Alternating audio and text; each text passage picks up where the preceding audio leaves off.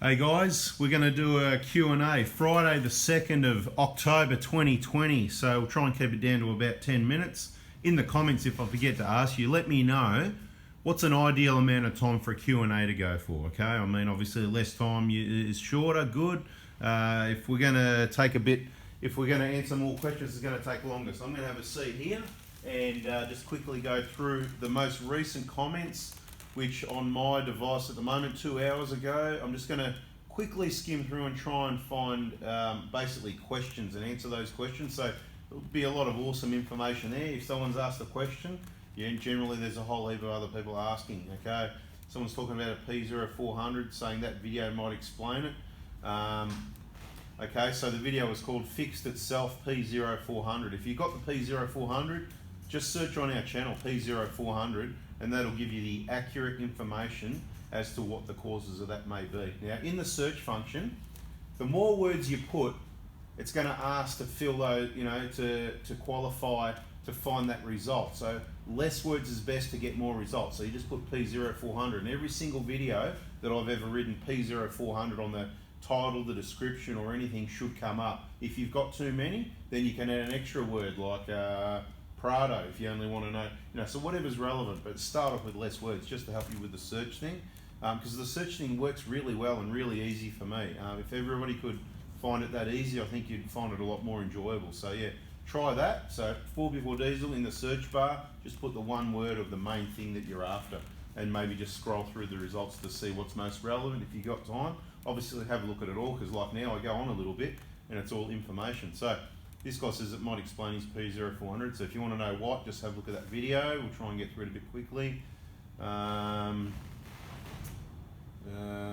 Someone talking about catch cans. He installed one recently, but he's taken it back out. Now, so there you go. I'm going to give you another answer. So it might not be just what I'm reading through. It's any of these things I'm reading through that triggers questions that come up fairly regularly. So if you've got a catch can, basic, I don't know if you can see my hands, but I'm going to take a bet that you might. If you've got your valve cover here, you got your outlet for your ventilation. It normally goes down through an angled tube with no clamps on it, through a metal tube down to your turbo, generally on the 1kd. Every engine's different, but basically it's coming from your valve cover, right, and it's going back into your intake one way or the other. Now, when people fit a catch can, sometimes they just take that elbow off and run the hose from there to the catch can and then back to the pipe.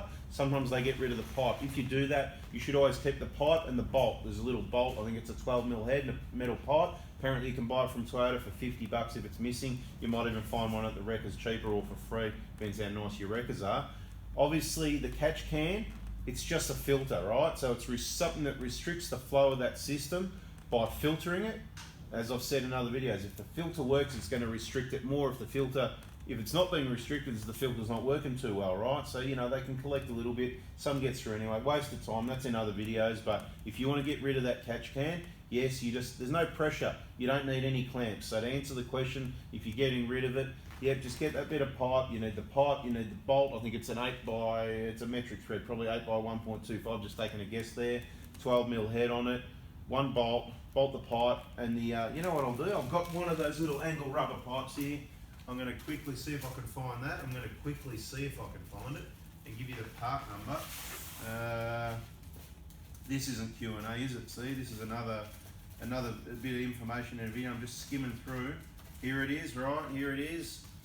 Hose ventilation 12261 30040. There it is. So 12261 30040. That's that bit of hose. Sorry, I don't have the pipe because, of course, I'm not removing or refitting the pipes. Okay, next one. Someone asked, how do you run a new engine in? That's a good question, and there could be a really long answer to that one, so I'm going to keep it short. These days, to run a new engine in, the short answer is it kind of doesn't matter. Just drive the thing. Give you a bit more detail. Like you drive an engine, you run it in. Think of it as it's always being run in, okay? So I'll give you some of the things that I've learned over the years. I worked with some race mechanics also at one stage, early days, and their information to me was with a new engine, so you start the engine and then they want to hold it on, I think, 2,000 revs for, was it 10 minutes or something like that? kind of like to run in the surface of the camshafts. I don't know if that was for a particular camshaft or engine or whatever, but in general it would make a bit of sense to run it at, you know, start it up, let it idle for a little bit, and then slowly. You don't need to go bang harshly straight to 2,000 revs, but being a little bit harsh isn't bad either, and I'll get to that. It's going to be a bit of a long answer. I'll try and keep it short because this is probably another video. But look, let things warm up. Vary the revs, okay? So my tip is vary the revs. You know, don't just run it at one set revolution, you know, 2,000 revs or 3,000 revs. Don't be aggressive, don't be harsh. Don't, you know, give it a hard time, as in, you know, sort of revving it a lot of, you don't want to do high, you want to vary the revs. You want to keep the rev range down into the lower half for the initial part of it, if you know what I mean.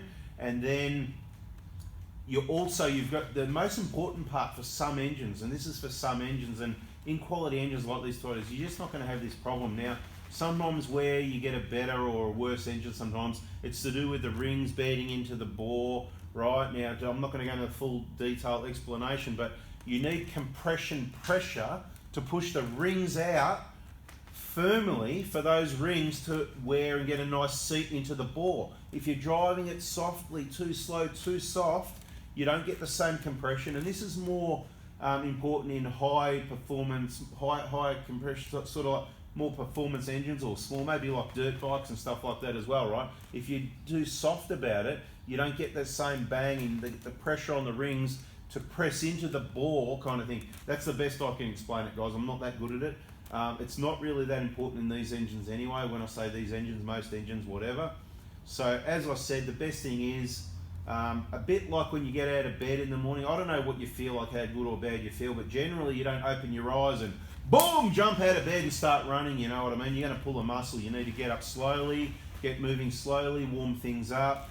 Same thing with an engine. You start it up. I always build the revs up slowly. Doesn't matter if it's run in or not run in. It's always being run in. So hopefully that helps, right? How to run in an engine. And I read the comment about the fleet of trucks and all that sort of thing. So that could be the variation there.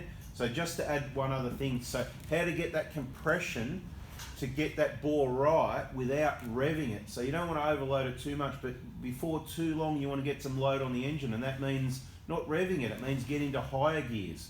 It may mean put your caravan on the back sooner rather than later, but then some manufacturers say not to add don't tow for the first 1,000 k's or whatever. I'll sort of say, well, if we need to get that load, and not when the engine's cold, and not in the first half an hour, but driving on hills, right? So, you know, up hills, but in a higher gear, not revving it, not thrashing it up the hill, just that load, and of course acceleration up the hill, and then you might just coast down the hill, and then, you know, accelerate, but not hard, just a nice, and build it up as you get towards 1,000 k's, you know, 200 k's, 400 k's, just build it up, a few more revs, a little bit more pressure, you know what I mean? So that's my experience, what I think works anyway. So anyway, let's get through, see if we can find some more questions.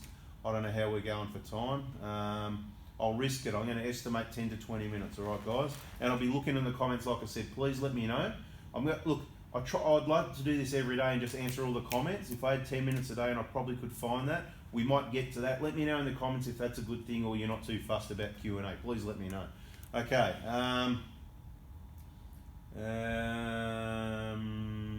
Warren and Brown 325 runs out to stop pain in the... Yeah, I know.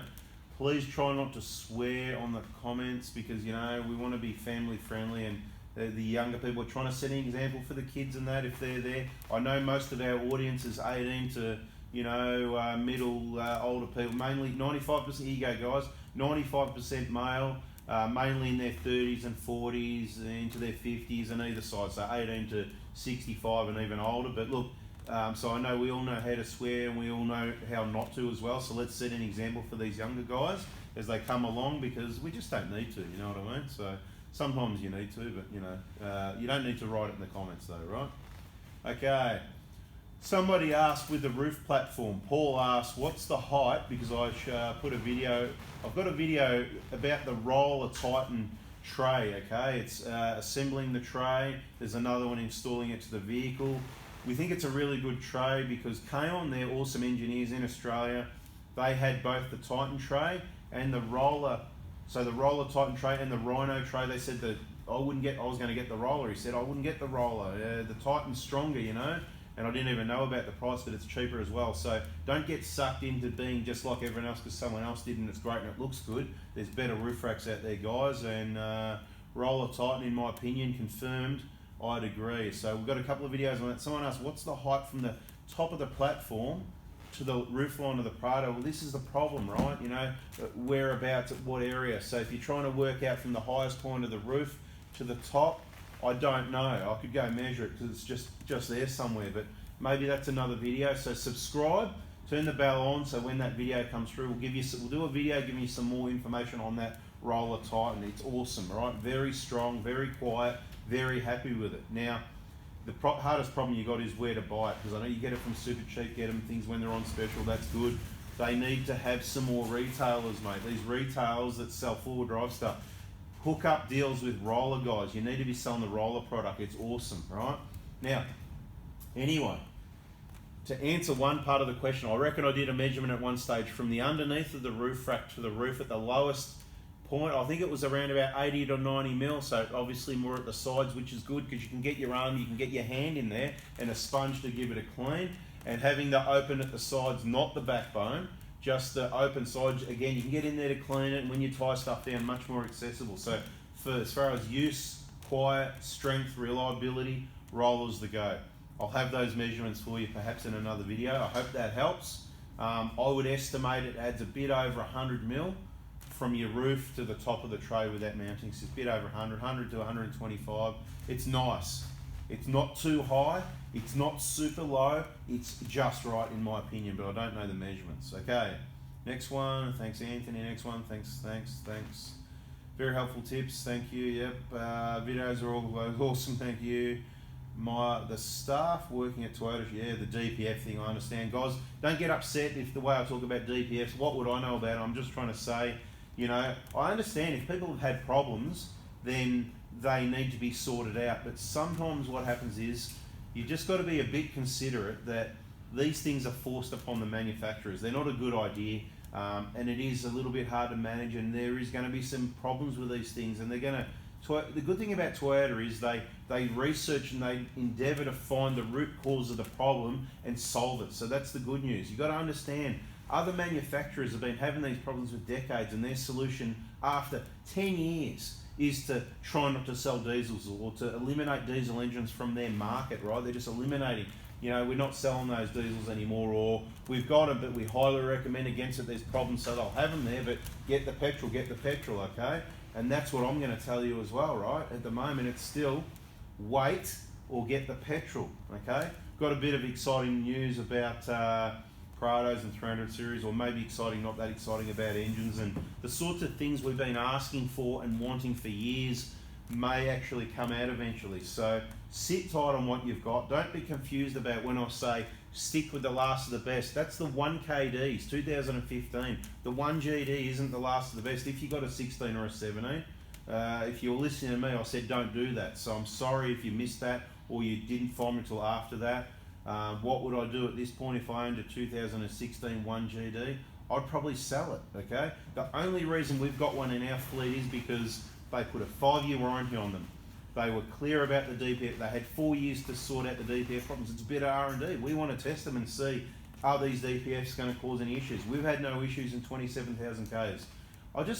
What I'm saying about the DPF and the class action, I just think it's it's not nice the way, you know, everybody wants to get on board about the money. Now, I'm not talking about people that have had the problems. I'm talking about these legal firms and the companies that want to fund it. And some people say Toyota might not have done anything if this hadn't happened, and that may be right. I did say that in the video. I mean, I understand for the people that had the problems. We understand that. But Toyota are not just going, oh, you know, no, bad luck, you got DPF problems, bad luck, you know. The dealership, okay, there's Toyota Japan, they made it. There's Toyota Motor Corporation, they're bringing the cars, they want to sell them. There's the dealerships independently owned, and then the people that work there. You've got such a chain of command to go through. They can't just click their fingers, hand you money, give you another car. You know, they do what they can. It does vary who you get. You've got to be prepared for that when you purchase anything new, whether you build a house or buy a car or whatever.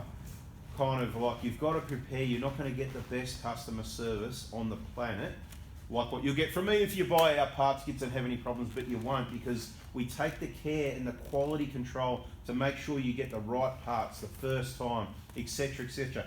if and when we make a mistake, we're going to sort it out fast. But look, just a little touch on that DPF one anyway. So I just want to say to those few long comments, worth having a look at. I understand, I hear where you're coming from. And I do speak with authority on some things like, what's in these videos here. If there's a video on it and I'm demonstrating it, I've got a lot of experience with it, I'm saying, and that's it, right? And that's it, right? That's it. That's how it's done. Yeah, that's it. But with the DPF, no, I'm not speaking with authority. I'm speaking with disappointment, okay? Disappointment a little bit, not so much about the DPF problems because we expected the DPF problems, okay? Bit disappointed that people expected it not to happen, and I'm not sure what people expect. And I understand, I'll say it again, I understand people have had lots of different problems, some worse than others, and it's very disappointing and disheartening when you own the vehicle, you spent the money, but you shouldn't have. The research is all the other brands with DPFs having problems for a decade, for a long time. So what makes you think it'd be any different? Why did Toyota wait? So anyway, this is not about DPF. Let's see if we've got some other questions. Someone asked, how's the wheel paint holding up? So we had a video where we got a couple of videos painting the wheels black, so you can search those, painting wheels black, whatever, on our channel. We used the Dupli-Color wheel paint, satin black, okay. I wasn't sure how good or bad it was going to be. We just you can have a look in the video what we did, it's all described there. I'm very impressed how well it held up for the 20-30 bucks a set of wheels that I spent, okay. It was obviously more time than money on the paint, whatever. The paint's quite thin. It holds up well, yep, no problem. Now, it's not a super strong paint. If you're going to be rough with them, you're going to maybe scratch them a little bit. But the good news is it's really easy to touch them up without even masking things up. Clean it, same paint, touch it up, right? I haven't done that yet because it's held up very well, okay? It must be nearly a year for the one set that's on the car there. Very good, okay? So I do recommend the wheel paint. No need to go anywhere and pay hundreds of dollars to get your wheels painted or powder coating. Use the Dupli-Color satin black wheel paint. The retails for about 20 bucks a can. You can probably get it down to around 10 or 15 bucks. Get them when they're on special. You're going to need about, in my experience, 3 cans to be sure to do 5 wheels, okay? Do it in lots of thin coats is better than one thick coat, right? So just keep going over it and over it. At the start you'll think, oh, it's not giving much coverage, and you're right, it doesn't. Make sure you pick a good day when it's not windy. You don't want to paint in the wind, especially with this paint, all right? Okay, next question. I'm just going to take a drink. I reckon we're taking a bit too long. Okay, next question. Someone said help the guy putting some anti-seize paste there. All right, look, you don't need to put anti-seize on the pins, on these pins here. They're not, we've seen them nearly 20 years old, no problem. You don't need, this is the thing, we don't normally band-aid fix problems. We fix things properly, and with brakes, usually with all the right materials, you don't get squealing. But to give you some feedback, since the brake video's playing, we've got a few videos on brakes now. One of them, we had a squeal out of the 120 since we put genuine pads in the rear. The, what was it called? The CRC disc brake quiet that we had there for 10 or 15 years that we hardly ever used, not for at least 10 years. It was still okay after 10 years. We used it on the rear pads of the 120. She's silent, so solved the problem. The Bendix pads in the front never made a sound. Happy. This genuine, brand new 2019 Toyota developed a really horrid brake squeal at around the 10 or so thousand Ks mark. I can't remember. When you're moving slowly, when they're cold, really howling, loud squealing. So to be different, we use the copper ease we got there. It's a greaser you can use on the backing plates. It solved the problem in the rear, okay, but we still had the brake squealing. And without wasting too much time, I went, yeah, it sounds like the front, it must be the front, I'll risk it. So this is the video, we did 2 videos, both go for about 10 minutes doing the front. It's a good video to show you changing brake pads and stuff like that. Obviously there's a lot more detail, watch those videos for that. But yes, the copper ease worked and the CRC disc brake quiet. What would I recommend? I recommend using the copper ease because it's easy to just wipe off. With the CRC disc brake quiet, one of the reasons I don't like it, people put on too much, it gets messy, it gets stuck on boots and other components. It can be hard to clean up, it's untidy. That's why I used just a little bit sparingly when I did it. I demonstrated in that video how I would recommend to use it. But I'm recommending using the copper grease. With that done in this situation so far, it's only been a short period of time, but I haven't heard a squeal from the brakes, okay? So it worked. Okay, so a bit of feedback. It's QA and it's feedback. Someone asked if the auto fix OM126 reads transmission temp. No, it doesn't. A lot of those auto fix don't read transmission temp, unfortunately. So if that's what you wanted, don't buy it. Okay, someone asked how can they align the injectors, installing injectors.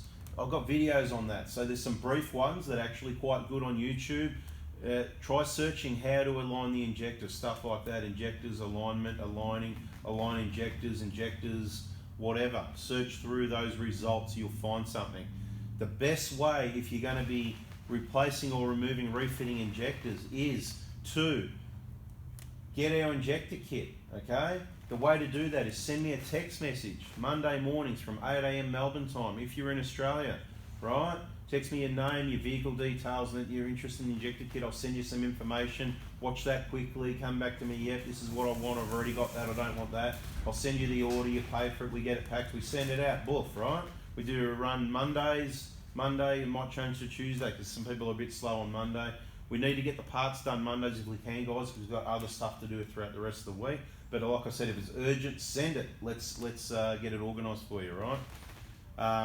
But the alignment, all the videos are in the VIP group. There's stacks and stacks, and I mean, there's not hours, there's days and weeks of video watching to be done to become an expert to do the injector replacement job. Why is it so important? Because you're going to do it once in 10 years or something, depending on what vehicle. The odds are it could be 10 years, for a lot of people with the DLCs that are, now that you've put the new right injectors, the right procedures, everything's right, and you're going to look after it right by following all that information. I believe that you won't be changing them for about 10 years, those full DLC ones. Guys, in the 120s, it's probably going to hopefully be about 7 years, right? They're not full DLC, there's 2 out of 3 parts coded, okay? Now, so to do the injector alignment, you need to get in the VIP group ideally, or search the YouTube channel. Someone talks they've got a Mitsubishi Pajero, just wondering, I'm moving on, I don't work or do those, sorry.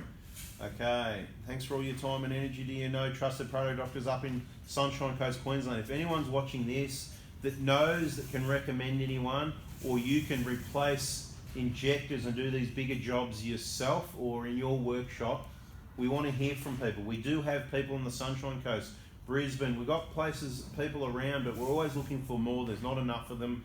If someone has an accident and they can't help you at the time, we want plan B, C, D, and we're always looking to upgrade. We want to upgrade, we want to have more, we want to have better people. Don't be shy, speak up if you think you know someone anywhere up and down the East Coast, in Perth, in Adelaide, in Darwin.